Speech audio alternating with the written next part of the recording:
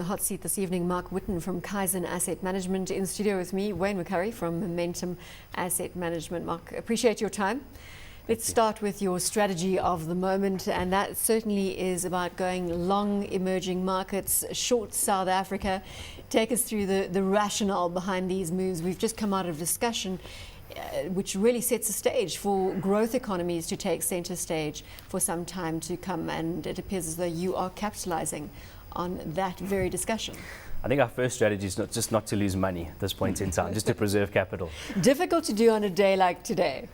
It is indeed. You know, we take a view in terms of looking at macro themes. We don't look at sort of a theme over 1, 3 or 5 years. We try to go back quite far into history. And I mean, we've gone and looked at stuff, let's say GDP per capita and, a measure of health, which would be infant mortality rates. We've gone and looked back over, 100, 150, 200 years, where everybody, developed and emerging markets, China and the US and Western Europe, are all sort of in the bottom left-hand corner where they were poor and quite sick. And obviously America and Western Europe broke away. And all that's happened realistically is that China and India are starting to catch up. America and the rest of the Western Europe is not falling back. It's just that these countries are catching up.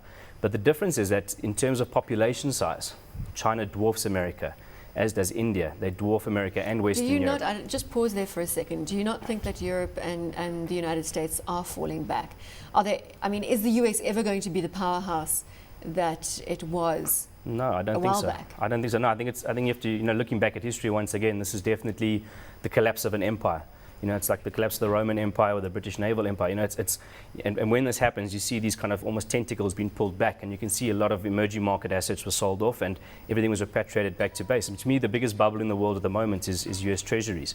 You look at, when inflation is expected to be 2.5%, and you're getting 0.26% on a 2-year Treasury. It doesn't make sense to me. And that mirrors what we hear from Andrew Cantor from Future Growth all the time. He wouldn't, and from you, wouldn't touch US Treasuries with a barge pole, is the terminology that we use on a regular basis on this desk. I think that the big 3 themes we see going forward, in order would be food, water and energy, and then the supply of sort of higher, in terms of living standards, urbanization. So you're looking at things like, there's always going to be demand for iron ore, copper, etc. But these things are going to be very volatile in the short term. We were quite bullish on these commodities in the last 3 months. We have pulled our horns back quite a bit because, what's happened in the iron ore market with Rio and Vale now forcing negotiations from a quarterly, iron ore pricing mechanism to almost a monthly, and now it looks like a spot mechanism. And the bottom's kind of fallen out of the market at the moment. So we're not quite sure, and when we're not certain, we'd rather just pull back a bit. But a lot of very defensive companies that have very strong growth profiles, that have quite a lot of exposure to the emerging markets we like, particularly the China and the India, such as companies like Aspen, Richmond. Sorry, do you want to go back to the... No, start on Aspen. And it is obviously a good investment case, and Stephen Starr and his team are making great strides, specifically with their Australian acquisition, which now the market says that they didn't overpay for. Would you buy Aspen at current levels? I would, yeah. We have been buying. Today we were buying in the market. First of all, if you look at the characteristics of a company that we really like, it would be strong balance sheets, but management is paramount. And Stephen Starr, to me, is just steps ahead of most of the other managers out there. He really, when he did this Australian acquisition, people were trying to understand the rationale, and now you see it's a springboard, especially on the baby food side, into China. So, he's definitely, diversifying out of South Africa. He's diversifying away from the rand. He's going into high growth markets like South America, like China, and I think next is India. So I really do like Aspen. Well, having just had a baby, I must admit the baby food environment is one that certainly interests me, and I'm sure a huge market to capture. I'll give you 2 little bits of interesting statistics. It seems highly likely that the Brazilian economy will be bigger than the UK economy this year. This year, the Brazilian economy will be bigger than the UK economy. Yeah, neck and neck. So it's really bigger. Brazil's really bigger than Italy. The second interesting bit of statistics talking about babies and pharmaceutical companies, there's a demographic problem in China. There are not enough people. And in fact, China sell more nappies to old age people than they do to babies. Yeah. And this is, of course, the aging population, one child policy. And so maybe as long as Aspen is making adult nappies, then they should go into China. Wayne, I'm battling to follow you this evening, sir. You're way over me. Mark, let's come back. So Aspen is a good buy at current levels. Looking at Richmond, down 5% today. It's down almost 10 in the last 3 days. Yeah. I mean, it's Have you been been hit. buying aggressively? Not aggressively, it was to me very much overbought. But definitely we will be looking. I mean, we've still got a core position. It's part of our fundamental sort of buckets. The way we structure our portfolios, when we have a fundamental bucket that doesn't change much. And then when we think the market's overbought or oversold, we put trades on within our macro bucket. So we take advantage of market movements. We'll reduce gearing, but increase exposure, or vice versa. Like right now, we've pulled our exposure and gearing all the way down. We've had a really great October. So November, Along with everybody else. Yeah, along from with an everybody equity else. perspective. So we've got a good return for the year, and we're just trying to box smart from here. There's no reason to take any big swings. Richemont, 43 Rand 22. It's David Shapiro's favorite stock. Yeah, look, why not? It's come off a little bit. Look at this thing rallied seriously. You saw the graph there, 36 Rand up to the 43, 44 level. I mean, this is one of the best performers on the panic relief rally, if you like to call it that. Fall back some more, you should buy it, because I still think China's okay. Simply because, whenever you get into trouble, I mean, it's such a simplistic statement, but whenever you get into trouble, generally speaking, economic trouble, if you've got enough money, you can sort the problem out. And China is the only country in the world, really, that has got enough money. I'm still concerned about those statements about off-balance sheet debt of the municipalities. I think it's a story worthy of investigation. Now, we'll have to look into it, but all the information I've got about it is that it is there, and it's related mainly to the property market and the speculation in the property market, but that the central government has, in fact, got enough money to bail them out, should push come to shove. Mark, you obviously advocate in favor of the soft landing scenario in China rather than the hard landing scenario. Yeah, for two reasons. One, compared to the Western central banks, the Chinese were not asleep at the wheel. They straight away raised reserve ratio requirements. They modified bank lending behavior. They increased interest rates. So they've got lots of ammo now to fire if the economy does start slowing too rapidly. Number two, if you look at how much exports make up of that 9.5% GDP growth, it's only 1.5–2%. It's not. So don't be too concerned about the PMI number out today, is what you're saying. Yeah, I think realistically right now, if you look at the Chinese consumer in terms of households that have more than $10,000 disposable income a year, they match America. So right now, there's the same amount of Chinese families as American families. So is obviously America still very important, don't get me wrong. But China is still growing at 9.5%. So they might slow to 8.5. But we saw, talking about Richemont, you saw Swiss watch exports, luxury watch exports to the Asian countries. They were up 50–60%. China's, to me, it's only starting to emerge. This is the first phase of its urbanization. I don't think it'll be a hard landing. I think if they really wanted to, they could really, turn the heat up, and they could boost this. Their GDP growth could continue. I mean, we're talking a lot about politics tonight, but this is the most influential position China has been in for decades, if not centuries. They are the country in the world that has capital, that has money, that has economic growth. It's hugely influential now in world politics. They don't want this to fall apart in the short term. They don't want the economy to have a hard landing. So if they, in my view, remember that it's still a communist country, centrally controlled, everything. They sniff something's going a bit long there. They'll cut the rates, they'll cut the reserve requirements. They've got the money to release into the system. So I don't think it is actually going to have a hard landing. There's a theme unfolding with the stocks that you're tabling tonight, and one of the other stocks that you've thrown forward to is SAB. You're not at all concerned about the Foster's SAB deal? No. I think when Foster's, when they initially announced the deal, SAB dropped to it was around 329, I think. Sorry, 229. And now, it's rallied hard. It has run quite hard. And I think it was on the back of a proposed merger between InBev and SAB, which I just can't see that happening from an anti-competitive. And so it's such a multinational company. In America alone, they'd have to unwind the Miller's Coors transaction. It just wouldn't work.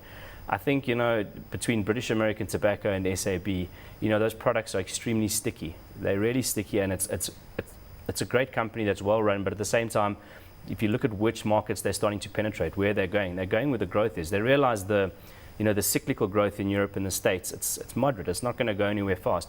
But you see them looking into Eastern Europe, Africa. You see them They're chasing those growth economies that we were touching on earlier. 100%. And I think that there's still a lot of, at these levels, I'll be honest with you, I think SAB to me is still holding on to a lot of that merger story. Well, look at that share price, down almost 3% today, 284 But this is a 20+ PE share. It's not a cheap share. I know they've got all the growth things. Look, the Foster's thing, they think they can make money out of Foster's, but basically it's an investment of capital. It's not clearly not a growth market. After Foster's went into wine, the company got into a bit of trouble. They think their marketing's a bit wrong. They think their production's a bit wrong.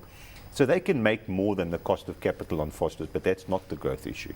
The growth issue is the emerging markets, and SAB seems to be doing quite well there. Would you be buying SAB? Yes. British American tobacco, a similar theme unfolding. Is this the top of your picks in this theme that you are tabling? Yeah, I mean, it's possibly the stickiest product that's out there. Because it has a narcotic relationship with it's like heroin, it's like a listed customers. Heroin company. No, I mean, look, realistically, you look at the Ruperts who control both, Richmond, and now you've got SAB, British American Tobacco. They have just such a distinctive style of looking at the right markets in terms of growth, but at the same time of running a company very well. And if I look at that business, it's not going to shoot the lights out. You're not going to see 20-25% growth in top line numbers. I mean, it's going to be pedestrian growth at best. But at the same time, it's got such a strong balance sheet that will just continuously, spit out cash. And if I look at what's cheap at the moment, like the Anglos and the Billies and these companies, they just look so cheap to me, but yet they're not going anywhere, and the defensives just continue to run.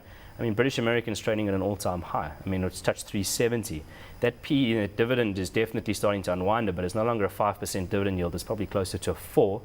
But at the same time, your money is, you never lose money by buying great stocks. It's almost going to be like perhaps what you're saying, like the South African retail story, that those retailers have just got more and more expensive and blown through all traditional valuation models because of the demand for retailers. The one argument being that we are relatively cheap from a retail perspective when compared to other emerging market retailers.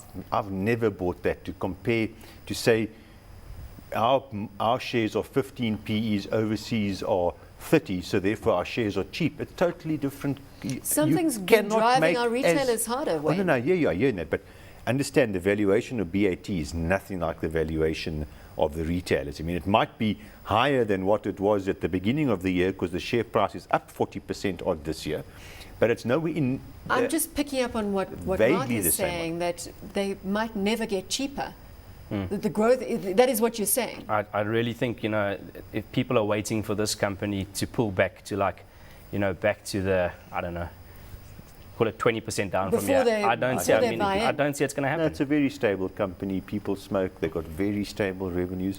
And of course, this whole legislation change on its listing status only helps. Yes.